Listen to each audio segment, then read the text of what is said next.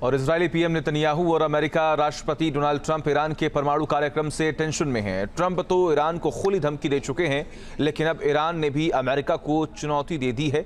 Iran के सर्वोच्च नेता अयातुल्ला अली खामेनी ने देश की सेना को पूरी तरह से अलर्ट पर कर दिया है।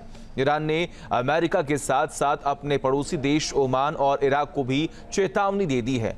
तो क्या अब ऐसा माना जाए कि ईरान के इस अल्टीमेटम से विश्व युद्ध वाला बिगुल बच गया है?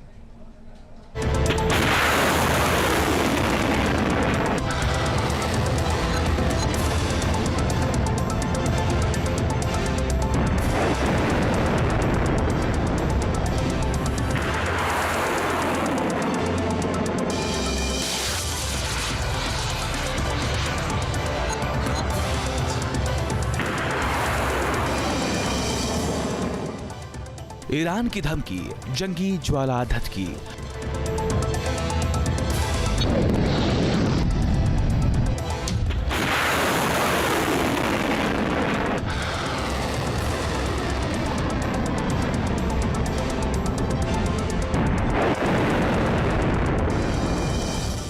ट्रंप नेतन्याहू मिले, ईरान का दिल जले।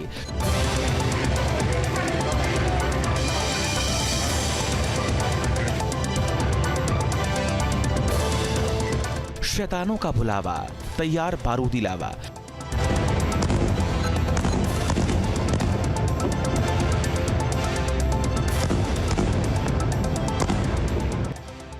ईरान फुल ऑन रेडी है। पूरी दुनिया को हिलाने वाली अपनी अपनी सैन्य ताकत के साथ खामेनी तैयार है।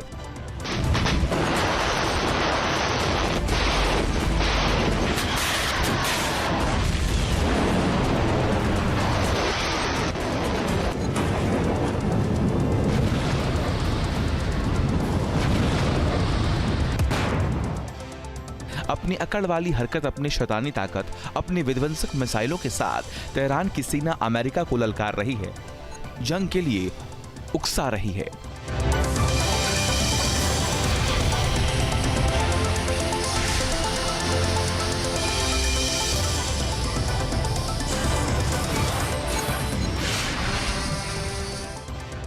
इजरायली पीएम नेतन्याहू और अमेरिकी राष्ट्रपति डोनाल्ड ट्रंप ईरान के परमाणु कार्यक्रम से टेंशन में हैं। ट्रंप तो ईरान को खुली धमकी दे चुके हैं, ईरान को मिट्टी में मिलाने की बात कर चुके हैं।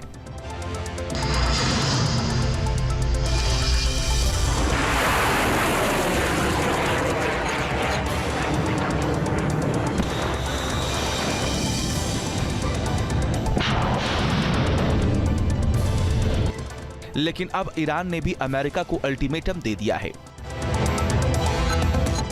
अमेरिकी राष्ट्रपति डोनाल्ड ट्रंप की लगातार धमकियों के बीच ईरान के सर्वोच्च नेता अयातुल्ला अली खामेनी ने देश की सेना को पूरी तरह से अलर्ट पर कर दिया है।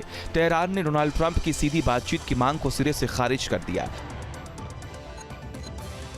ईरान ने सेना को अलर्ट करने का दिया आदेश। ईरान के सुप्रीम लीडर का बड़ा फैसला, ट्रंप ने ईरान पर हमला करने की दी धमकी।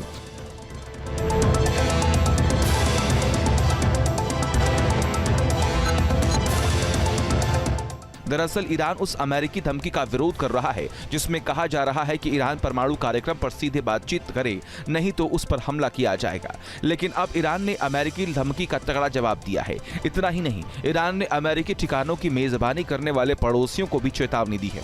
ईरान ने साफ कह दिया है कि उनके पड़ोसी देश इसमें शामिल हुए तो उन पर भी हमला किया जाएगा। ईरान के विदेश मंत्री अब्बास अरागची ने अमेरिका के साथ होने वाली किसी भी बातचीत को नकार दिया है। उन्होंने कहा है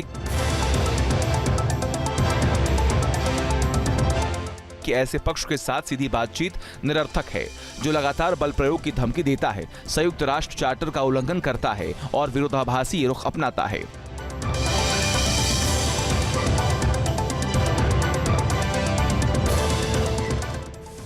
एक दिन पहले ही ईरान के सैन्य बल इस्लामी रिवॉल्यूशनरी गार्ड कोर यानी IRGC के प्रमुख जनरल हुसैन सलामी ने भी इजराइल और अमेरिका को खुली धमकी दी थी। हुसैन सलामी ने कहा था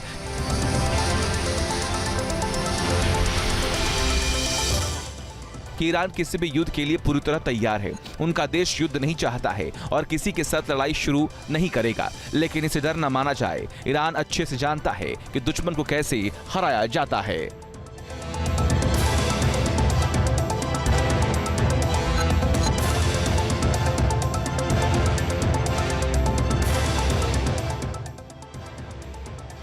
ईरान ने अमेरिका के साथ साथ अपने पड़ोसी देश ओमान और इराक को चेतावनी दे दी है।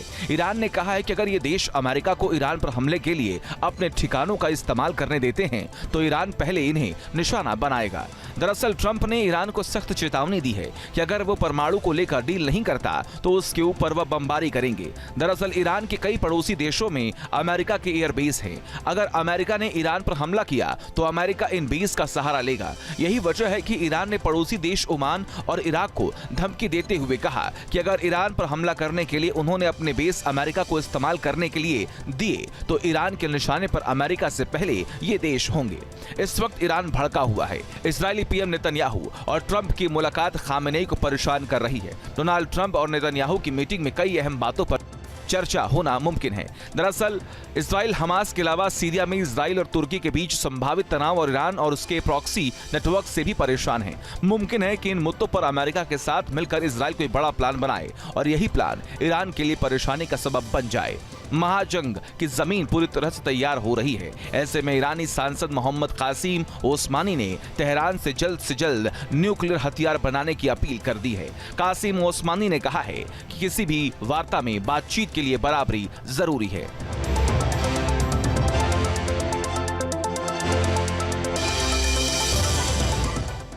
ईरानी मीडिया ने दावा किया है कि ईरान ने अमेरिका के किसी भी हमले का जवाब देने के लिए अपने सभी लॉन्चर लोड कर दिए हैं। ईरान भूमिगत बंकरों को दिखाने वाले कई वीडियो जारी कर चुका है। इन वीडियो के जरिए ईरान ने अमेरिका को अपनी मिसाइल शक्ति का संदेश देने की कोशिश की है। ईरान ने वीडियो में खैबर शिकन मिसाइल, हज कासिम मिसाइल, गदर-एच, सिजील और इमाद जैसी मिसाइलों का जखीरा दिखाया है। ईरान के पास मध्य पूर्व का सबसे बड़ा बैलिस्टिक मिसाइल भंडार है। पिछले 10 सालों में ईरान ने अपनी मिसाइलों की मारक क्षमता को काफी तेजी से बढ़ाया है। ईरान ने गाइडेड मिसाइलों की संख्या को बढ़ाया है।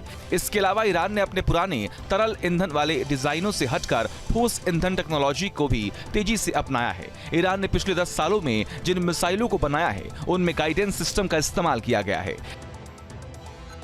ईरान के पास फतेह 110 फैमिली की सॉलिड प्रोपेलेंट मिसाइलें हैं जिससे बेहद कम समय में मोबाइल लॉन्चरों से लॉन्च किया जा सकता है। इसका पता लगाना रडार के लिए काफी मुश्किल हो जाता है।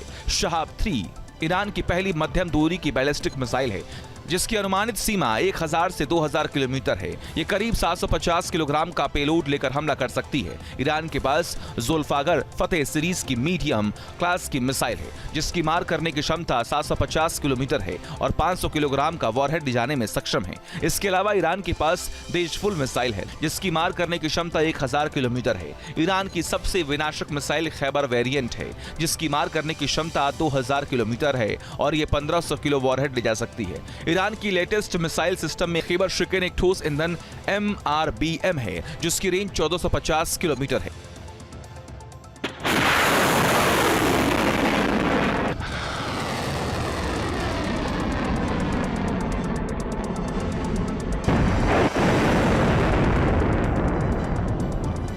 Centre for strategic and international studies में मिसाइल थ्रेट प्रोजेक्ट की 2021 की रिपोर्ट के मुताबिक ईरान के पास हजारों बैलिस्टिक और क्रूज मिसाइलें हैं जिनकी रेंज अलग अलग है। बताया जा रहा है कि ईरान के पास 3000 से अधिक बैलिस्टिक मिसाइलें हैं। यानी ईरान और अमेरिका के बीच जो जुबानी जंग चल रही है वो जमीनी जंग में बदली तो दुनिया को वो युद्ध देखेगा जिसकी कल्पना से ही दुनिया कांप उठती है।